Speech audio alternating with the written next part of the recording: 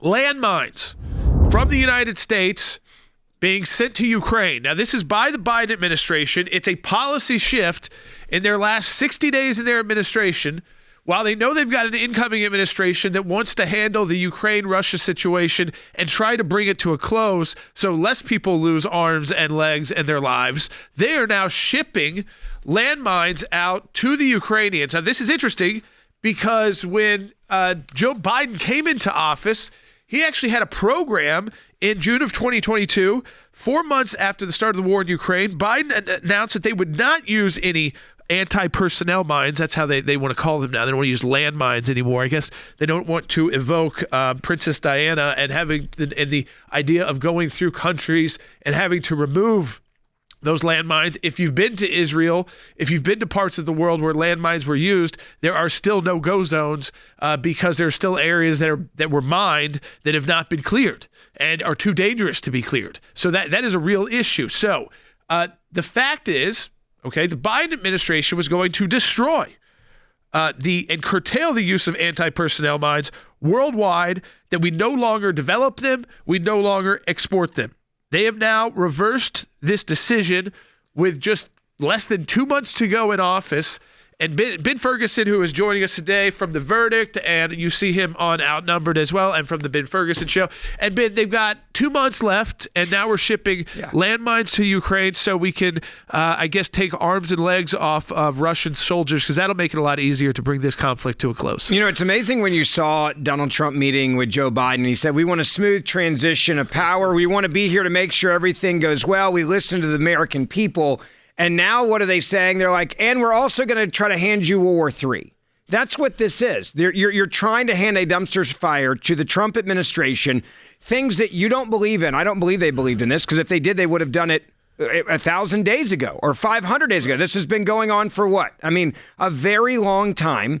And it was something that when it first started, this conflict between Russia and Ukraine, you had, all right, we'll wrap it up quickly. Oh, we're going to, do this diplomatically. None of that worked. And now they say, okay, here's everything you want that we said would escalate the situation. This is an administration that said they were going to de-escalate, yet they send unlimited dollars to Ukraine. And they say, here's more weaponry. Here are things that put you into an actual world war. And I think this is honestly just hoping on the day that Donald Trump is sworn in, January the 20th, that he and his foreign policy team are handed a disaster they can then point and say, good luck with this. If you've traveled any places in the world, they are still having issues with going back to World War II. And you also have the question of, if you hand this to Zelensky's guys and they decide to put them out, are they going to listen to the U.S. going, hey, those weapons we sent you the other day? Hey, we don't want you to use them anymore. They could easily just lie and say, sorry, we've already deployed all of them, even though they actually have not. And that is where this is all about, a dumpster fire. This is the Democratic Party, and I'm waiting for all of the Democrats who are sensible and responsible to stand up and say to this White House, this is not what we believe in, this is wrong, and start saying no to this. But notice it's basically crickets, because this is about, we want to hurt Donald Trump when he goes into office. We want to saddle him with a new conflict and a new war that takes him off his domestic agenda, and we don't care who dies in the process. There were ways to see how to get out of this conflict a year ago, and yet we've kept ratcheting it up instead of trying to put a deal together that gives Zelensky a way to walk away and Putin a way he can walk away and tell his people whatever. They're not going to know. And by the way, neither Zelensky, his people, stops the destruction in Ukraine. They got to rebuild. And if you look at the calls that were going out from the Trump transition team, it was very clear they were calling everyone in conflicts, whether it was Israel, whether it is Russia, whether it's Ukraine, saying, hey, we want to dial everything back when we get into office. That is our foreign policy. Yeah. And so the game that was played was the Democrats immediately said, no. If that's what you want, whether it's the right policy for the world or for the United States of America, or even respecting the voters, and the voters need to realize this right now more than ever before, the Democratic Party does not respect your vote. They do not respect who you voted for, and they are going to do everything they can to undermine Donald Trump. The problem is they've authorized the funding.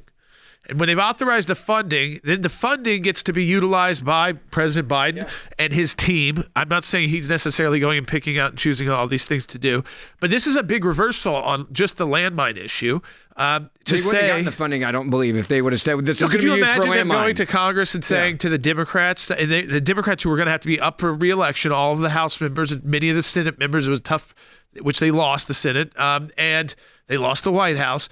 If they were going to add to that campaign that they want to be the party who brings landmines back to conflicts. This was a CNN headline, just to put it in perspective about how dangerous landmines are. Quote, an unexploded American bomb from World War II that had been buried at a Japanese airport exploded on Wednesday, causing a large crater in a taxiway and the cancellation of more than 80 flights, but no injuries. Japanese officials said. This is a American landmine we used in World War II that just exploded a week ago.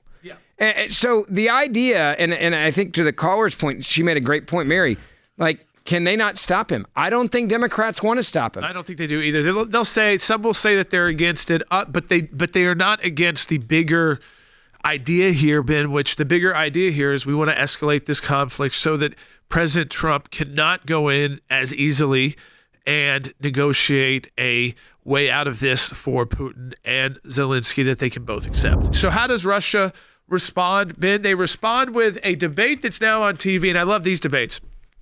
Some headlines are the Russians have utilized an ICBM for the first time, an intercontinental ballistic missile. Now, it was not armed with a nuclear warhead, but it was fired. And then others are saying, no, it was mid-range. So a mid-range ballistic missiles, both of which are capable, very capable of carrying a nuclear payload, including a weapon that we really haven't seen utilized on the battlefield. We have them, where the Russians have them, probably the Chinese have them. I don't know who else, maybe the Israelis.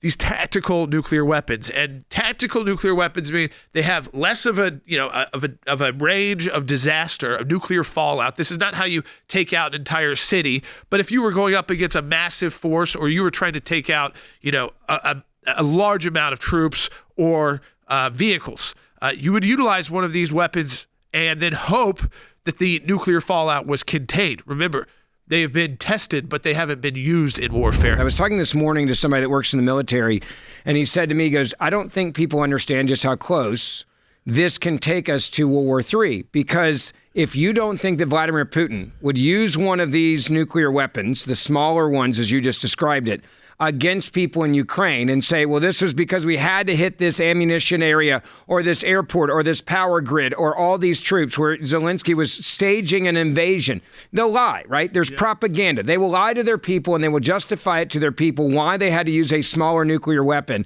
This is something, if they did it, then how does the world react?